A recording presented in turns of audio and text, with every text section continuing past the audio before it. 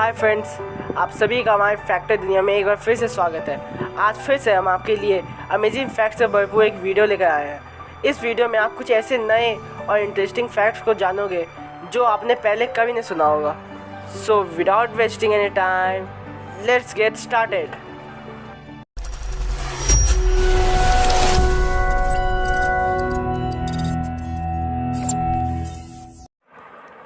Fact number 10।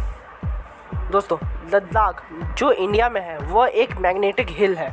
यहाँ पर एक पीले रंग का बोर्ड है जो उस मैग्नेटिक जगह को दिखाता है। इस जगह की सबसे चौंका देने वाली या मिस्टीरियस बात यह कि अगर इनकेस आप अपनी कार के गियर को न्यूट्रल पर डाल देंगे तो यह ऑटोमेटिकली हिल के ऊपर चढ़ने लगेगी। Fact number 9। क्या आपको पता है गूगल के यहाँ 200 बकरियाँ एज ए एम्प्लॉय काम करती है। गूगल अपने ऑफिस के लॉन में घास की कटाई के लिए मशीनों का यूज़ नहीं करता क्योंकि इससे निकलने वाले इस तरह की आवाज़ों से ऑफिस में इनोवेशन का काम कर रहे एम्प्लॉयज़ को परेशानी होती है। दैट्स द रीज़न लॉन की घास की कटाई के लिए बकरियों को लगाया गया। इसे कहते हैं सांप भी मर जाए और लाठी भी ना टूटे। Fact number 8। दोस्तों, समुद्र के खारेपन के बारे में तो आप सबको पता ही होगा, लेकिन क्या आप ये जानते हैं कि समुद्र में खारा पानी कहाँ से आता है? दोस्तों, दरअसल समुद्र में खारा पानी नदियों से और नदियों में खारा पानी बारिश से आता है।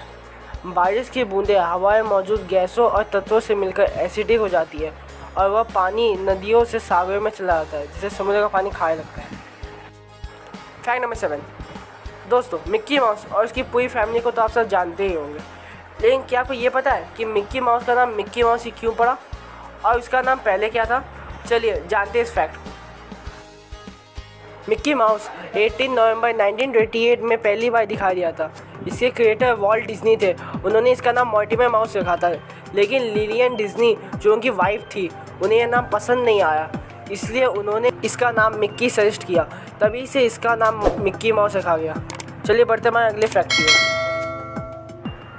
Fact number 6। दोस्तों, बादल और उसके वजन के बारे में तो हम सब जानते ही होंगे, लेकिन क्या आपको ये पता है कि बादल का वजन कितना होता है? दोस्तों, बादल का वजन लगभग 1.1 मिलियन पाउंड होता है, यानी 100 हाथियों के बराबर। जी हाँ दोस्तों, है ना इंटरेस्टिंग?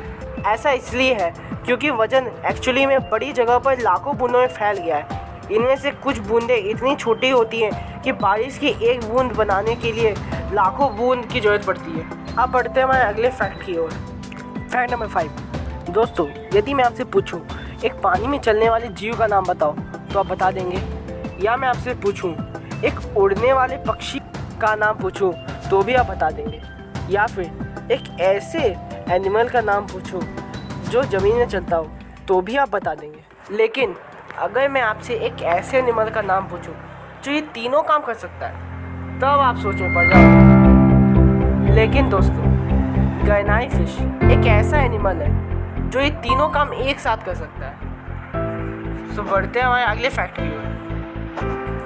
Fact number 4।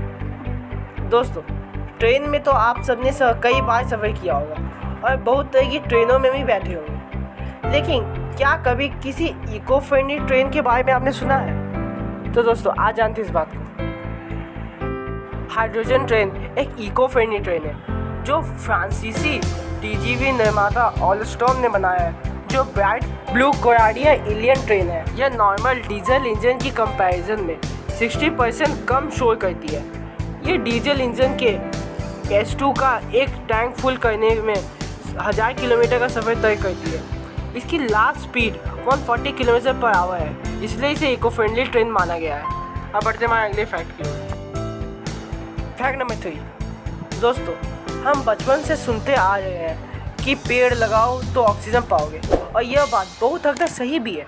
पर आपको आश्चर्य होगा कि हमें दुनिया भर के समुद्रों से करीब 70% ऑक्सीजन मिलती है।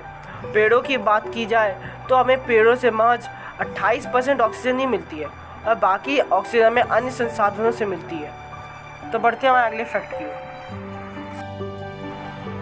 Fact number 2। दोस्तों, गन्स के शौकीन तो हम सभी हैं और गन्स को देखना और चलाना हम सभी को बहुत ही ज़्यादा पसंद है। और आजकल तो बहुत सारी गेम्स भी निकल चुकी हैं, लेकिन क्या स्पेस में गन चलाई जा सकती है? जल्दी जल्दी कमेंट बॉक्स में आंसर दें।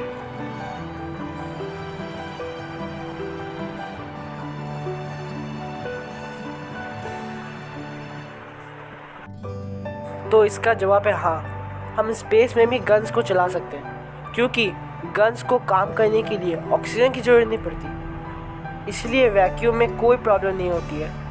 बारूद सेल्फ कंटेंट होता है और यह किसी एटमॉस्फेयर पर डिपेंड नहीं करता है, जिससे स्पेस में यह ज़्यादा दूर तक जा सकता है। अब बढ़ते हैं हमारे लास्ट फैक्ट की ओर। Fact number 1। दोस्तों, कीबोर्ड तो आप सब चलाते ही होंगे, लेकिन आप सभी देखे होंगे कि कीबोर्ड के लेटर्स हमेशा मिक्स होते हैं। ऐसा क्यों होता है? चलिए आज इस फैक्ट के बारे में जानते हैं। दरअसल जब पहली बार टाइपराइटर का यूज़ किया गया था, तब सारे अल्फ़ाबेट्स एक ही लाइन में थे, लेकिन इससे टाइपराइटर बहुत जल्दी ख़राब हो जाते थे, क्योंकि लोगों के स्पीडली टाइप करने की वजह से उन दिनों के टाइपराइटर मैकेनिज़्म बहुत जल्दी ख़राब हो जाते थे। इससे निपटने और लोगों की टाइपिंग स्पीड कम करने के लिए सारे अल्फ़ाबेट्स को मिक्स कर दिया गया। तो दोस्तों, आज के लिए सिर्फ इतना ही। Thanks for watching. और अगर हमारा ये वीडियो पसंद आया हो तो इसे लाइक, शेयर एंड सब्सक्राइब करें, और ऐसे अमेजिंग वीडियोस के लिए बेल आइकन को प्रेस करना